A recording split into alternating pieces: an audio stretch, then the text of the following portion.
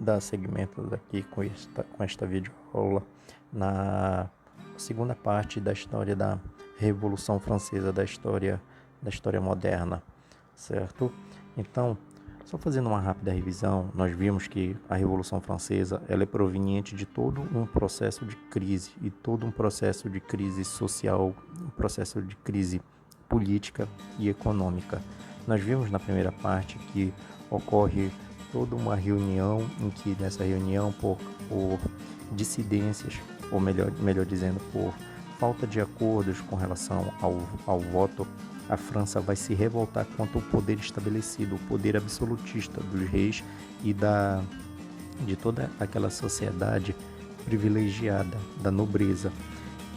Dentro disso, a gente tem um entendimento que a França vai revolucionar e dentro desse processo revolucionário a burguesia vai tomar o poder ali na sala de jogos, como foi explicado na primeira parte da aula de Revolução Francesa, tomando o poder ali no parlamento. Todo aquele processo de mudança vai chegar às ruas, onde as pessoas vão inclusive derrubar a Bastilha e inclusive indo para o Palácio de Versalhes tirar o rei daquele palácio e levar até Paris para que o rei pudesse ter noção, ter a visão do que estava acontecendo. E então, já entrando agora na segunda parte da história da Revolução Francesa, dando continuação, nós paramos nesse slide que vocês podem ver aí, que no ano de 1791 a França vai fazer a Constituição da França de 1791, fazendo da monarquia constitucional, a divisão dos poderes, o voto censitário e tudo mais. E ocorreu uma divisão entre os parlamentares, que eu expliquei no final da última aula, que é a divisão principalmente entre os girondinos e os jacobinos. E eu até cheguei a mensurar na outra aula que a partir daí a França vai começar um período de terror, período esse que eu vou já aprofundar, ok? Dando seguimento, a gente pode observar aí também que tem aí os cordeliers, e que fazem parte da camada popular, e os feudlings, que é uma burguesia financeira, que são pessoas que estão também dentro do parlamento, representando estas porções, digamos assim, populares, sociais da França, grupos políticos que se formaram com a Revolução Francesa, ok? Então, dentro de todo o processo da Revolução Francesa, muitas mudanças, como a gente já pôde observar, explicando, analisando a nossa última videoaula, muitas mudanças vão ocorrer ali. Em meio a tudo isso, a nobreza ela passa a ficar bastante temerosa e começa a abandonar a França. Eles começam a migrar para outros países. Em meio a isso, como eu acredito que eu cheguei a explicar, outros países... Não cheguei não, peço desculpas. Outros países começam a ver a Revolução Francesa, toda aquela Revolução Burguesa, como uma ameaça. Então, como eu vou já mostrar mais adiante, alguns países como a Áustria e a Prússia, eles vão reagir à Revolução Francesa. Só que muito antes disso, vocês precisam entender que muitos destes nobres, eles começam a fugir, a migrar justamente para estes países que estão contra a Revolução Burguesa que está ocorrendo dentro das cercanias da França, promovidos pela Revolução Francesa. Muitos desses nobres, eles estão fugindo para a Áustria, para a Prússia e outros países.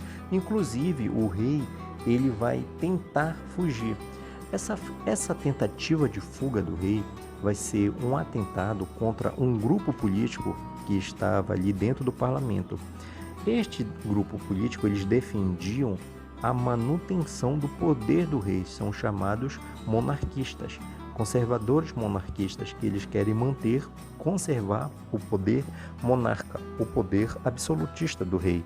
E estas pessoas, elas ficam extremamente desmoralizadas quando sabem, quando chega a notícia até eles de que o seu rei estava tentando fugir.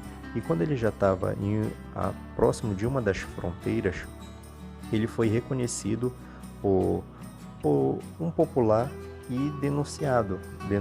Foi preso e levado de volta para Paris, onde ele vai ter consequências que eu vou já mostrar para vocês. Ok? Então, a França, como eu já toquei, a França ela vai passar a ser invadida por países absolutistas. Mas por que a França passou a ser invadida por estes países como a Prússia e a Áustria? É que estes países, como o no slide está dizendo, eles eram absolutistas. Tinham reis ali que eles não queriam que o seu poder absolutista sofresse o mesmo que o poder absolutista da França sofreu. Consequentemente, eles estavam tentando já querer, digamos assim, acabar com o problema na raiz, invadindo a França para que a Revolução Francesa não atravessasse as suas fronteiras, que aquela ideia, que aqueles ideais e que todo aquele levante não chegasse aos seus países. A Prússia não queria que o ideal, que as práticas francesas da Revolução chegasse à Prússia. A Áustria não queria que aquela ideia e todo aquele movimento chegasse à Áustria. Então, o que é que eles vão fazer? Eles vão vão chegar a invadir a França para tentar acabar com a Revolução Francesa dentro do seu próprio país, certo? Diante dessa situação, vai ser formado um exército, até mesmo um exército comum e um exército popular, com a conhecida Comuna Insurrecional de Paris, ok? E essa comuna vai ser liderada por jacobinos e formado para conter os inimigos, fosse eles inimigos estrangeiros querendo invadir a França e inimigos que apoiavam a volta do rei, por exemplo, certo? O rei, ele vai ser julgado e vai ser considerado um traidor. Consequentemente a essa postura, aquela postura do rei de tentar fugir a esse julgamento do rei e a condenação de traidor, vai ter fim de uma vez por todas no ano de 1792, o fim da monarquia na França. O absolutismo na França tem o seu fim com este julgamento do rei Luís XVI, considerado um traidor. Em meio aos acontecimentos, vamos ter entre o ano de 1797 e 1795 a conhecida Convenção Nacional. Uma Convenção Nacional que vai ser uma disputa política parlamentar, principalmente entre os girondinos e os jacobinos. Em setembro de 1792, aliás, de setembro de 1792 a 1793, quem vai estar no poder serão os girondinos. Ainda no ano de 1793, vai ocorrer o que é um dos símbolos do fim do absolutismo na Europa. Eu não estou dizendo que com Luís XVI sendo guilhotinado, como ele vai ser no ano de 1793, sua cabeça vai ser cortada na guilhotina, eu não estou afirmando que em toda a Europa, a partir desse momento, não vai haver mais o regime absolutista, não vai ter mais reis absolutistas. Eu estou dizendo que a história, ela consagra esse momento como um dos momentos de maior declínio do absolutismo. Como eu comecei lá na primeira aula, o historiador aqui, Roberval, ele diz que a Revolução Francesa é o cotovelo da história. Por quê? porque depois dela a história dá uma guinada muito grande para um outro processo social, para um outro processo econômico, para um outro processo político, social e econômico, causando uma imensa transformação em todos estes pressupostos da vida humana, certo? Consequentemente, nós precisamos ter o entendimento que a cabeça do rei cortada marca uma grande mudança ou o início de uma grande mudança política na Europa. É uma grande demonstração de que a burguesia não ia mais aceitar ser explorada pelo absolutismo. Ok? Tá certo? Então, no ano de 1793, Luís XIV ele é guilhotinado. E em meio a tudo isso, em meio a toda essa situação que a França está ocorrendo, como a gente pode muito bem observar aí, está ocorrendo uma crise política.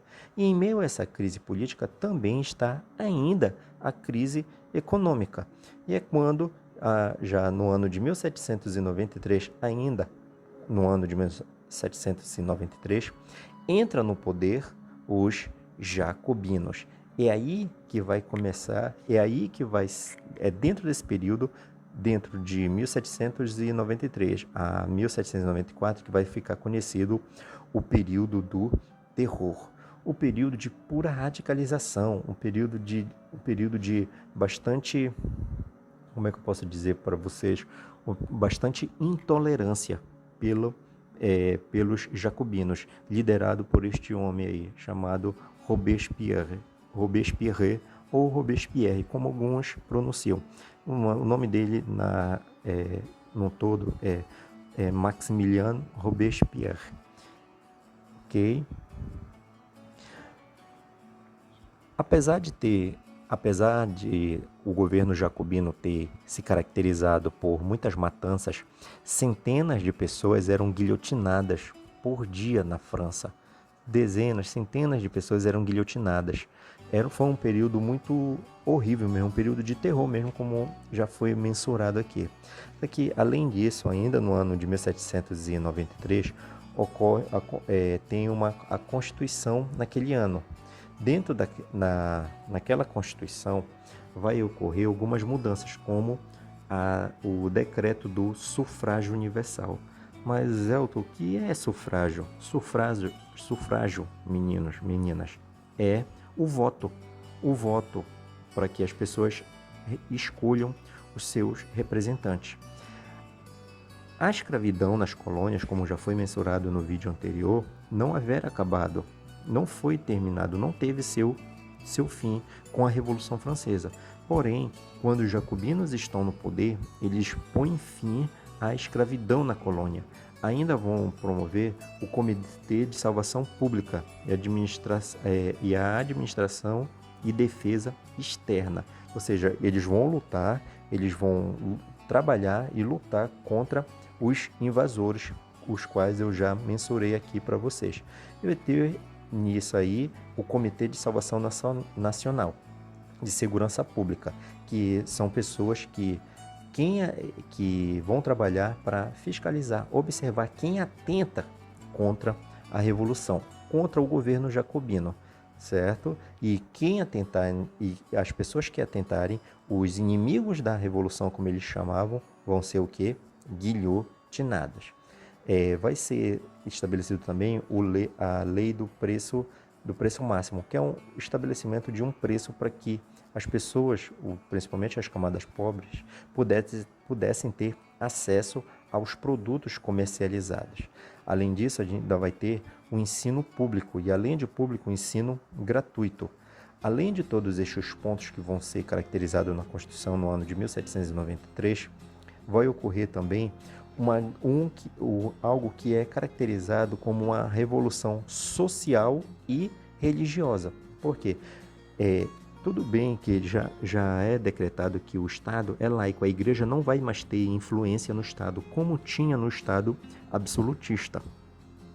Agora, além do Estado não ter mais a influência da Igreja Católica, todos aqueles bens, casas, riquezas, terras que a Igreja Católica possuía dentro da França, eles foram confiscados e vendidos a preços populares para as pessoas, principalmente nos campos, para os camponeses passarem a ter acesso à terra e para produzirem para a própria França, certo? Então eles tomam, com essa Constituição, os jacobinos, eles confiscam, tomam as terras, os bens tanto da igreja quanto da nobreza, aquela antiga nobreza feudal, certo?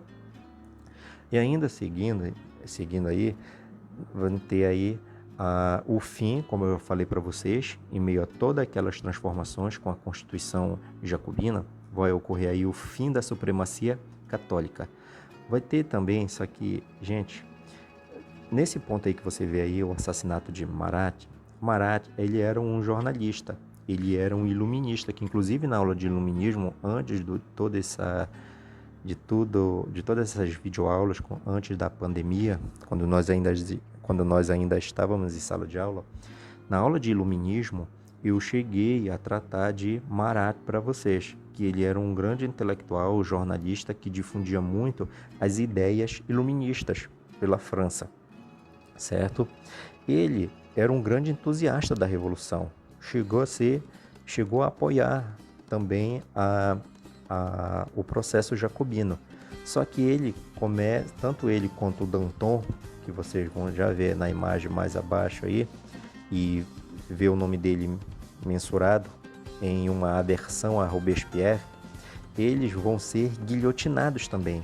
É isso mesmo, Robespierre chegou a radicalizar tanto, mas tanto que ele matou seus próprios amigos, seus próprios parceiros de revolução. E em meio a estes parceiros foi Marat e Danton, que foram também guilhotinados. Diante de toda essa situação, Robespierre começa também a perder apoio, porque ele mata os próprios companheiros de revolução e ele vai perdendo apoio de seus companheiros, apoio político. Dentro dessa situação, o seu governo vai ficando o quê? Desgastado. Ocorre o desgaste do governo.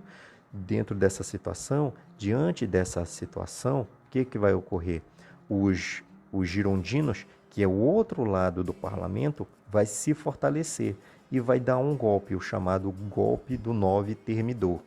Esse 9 Thermidor, gente, é um termo que é utilizado para o calendário da Revolução Francesa. Esse 9 Thermidor aí, ele corresponde ao nosso calendário ao dia 19 de julho, certo? O dia 19 de julho do nosso calendário. Então, eles mesmos, lá na Revolução Francesa, foi determinado alguns nomes franceses dali da cultura francesa para caracterizar as datas. Era o próprio calendário da Revolução Francesa. E no golpe, no 9 Thermidor, ocorre o quê? É caracterizado como a reação termidoriana, quando Robespierre ele foi capturado, os girondinos voltam ao poder e logo depois Robespierre ele vai sofrer do próprio mal que ele causou a centenas e centenas de pessoas. Ele também vai ser guilhotinado, certo? Consequentemente, como eu já pontuei para vocês, os girondinos retomam ao poder. E aí vai ocorrer uma convenção, uma reunião termidoriana. Essa reunião, essa convenção para novas determinações vai ocorrer do ano de 1794 a 1795. E dentro dessas determinações, o que é que vai ocorrer? Extremas mudanças na lei. Todas aquelas leis, todas aquelas práticas impostas, legalizadas pelos girondinos, como o fim da escravidão, retirada das terras e tudo mais, escola pública, todos aqueles benefícios sociais que eles davam para as pessoas, os girondinos mais próximo da filosofia burguesa, eles vão retirar muitos daquelas leis, eles vão revogar aquelas leis e causar uma transformação profunda na Constituição. E ainda vai promover também algumas perseguições populares, que vai ficar conhecido também como terror branco. Por quê? Porque assim como os girondinos perseguiam os seus inimigos, eles também vão perseguir estes inimigos, que eram quem? eram os próprios girondinos, que ainda não haviam sido guilhotinados, e os próprios sans-culottes. Alguns sans-culottes muitos sans-culottes, melhor dizendo, que lutaram junto com os jacobinos. Eles vão fechar clubes políticos, e toda e qualquer organização, ordem próxima aos jacobinos, eles vão perseguir, fechar, acabar, dar fim a todo aquele pensamento e prática que ocorrera com os jacobinos. E aí, entre os anos de 1795 e 1799, ocorre o Diretório. E aqui, no ano ainda de 1795, vai ocorrer uma nova Constituição, certo? 5 direitos, como a gente pode ver ali, para o poder executivo e a manutenção aí do voto censitário. Como a gente pôde observar, os girondinos, eles voltam ao poder, ou seja, a burguesia volta ao poder, mas a França ainda corria risco. A França ainda estava correndo o risco das invasões estrangeiras. A burguesia era temerosa de perder tanto o seu poder financeiro quanto o seu poder político. Ela temia perder o seu poder político, seu poder financeiro, o seu poder material. Então, o que eles fazem? Com o 18 Brumário, que é mais uma data do calendário da Revolução, a burguesia entrega o poder para os militares da França. E um destes militares, um homem que estava fazendo campanhas militares brilhantes, vai ser muito estimado. Ele já era bastante conhecido, tinha uma grande simpatia da população francesa. Ele estava chegando do Egito, de uma campanha militar que havia feito naquele país. E ele chega na França e ele vai ter o poder em suas mãos, entregue pela burguesia. Então, com o 18 Brumário, nós vamos ter o fim do Diretório e a burguesia entregando o poder aos militares. Mais precisamente, de nada mais, nada menos do que Napoleão Bonaparte. Napoleão Bonaparte, a partir daí, vai começar vários movimentos de liderança do exército, expulsar os estrangeiros, até ter fim à sua vida política, militar, no ano de 1818. Mas isso aí seria uma outra história que a gente precisaria aprofundar, analisar, mas que não cabe agora, certo? Então, meninos, meninas do oitavo ano, com este último slide, com a imagem de Napoleão Bonaparte, a gente dá fim à Revolução, à história da Revolução Francesa. Mas antes, a gente precisa só analisar o que ficou da Revolução Francesa. Qual foi a importância desse movimento? Como eu falei para vocês, ocorre lá o fim do antigo regime, vai marcar o fim do antigo regime, do absolutismo, a ascensão da burguesia e todo, a partir dali, o desenvolvimento do capitalismo. O capitalismo que vai ter o apoio político também. E aí a gente já observa alguns pontos que nós já estudamos. O desenvolvimento do capitalismo ele vai ocorrer, sim, com apoio político, quando a burguesia toma o poder político, adentra o parlamento e vai fazer leis para os seus privilégios materiais capitalistas. Mas o desenvolvimento do capitalismo também vale muito ressaltar que ele vai ser muito graças ao que nós já estudamos em sala de aula, que foi com a Revolução Industrial, não na França, mas na Inglaterra. Ok? Tá certo? Valeu, gente. Até a nossa próxima videoaula.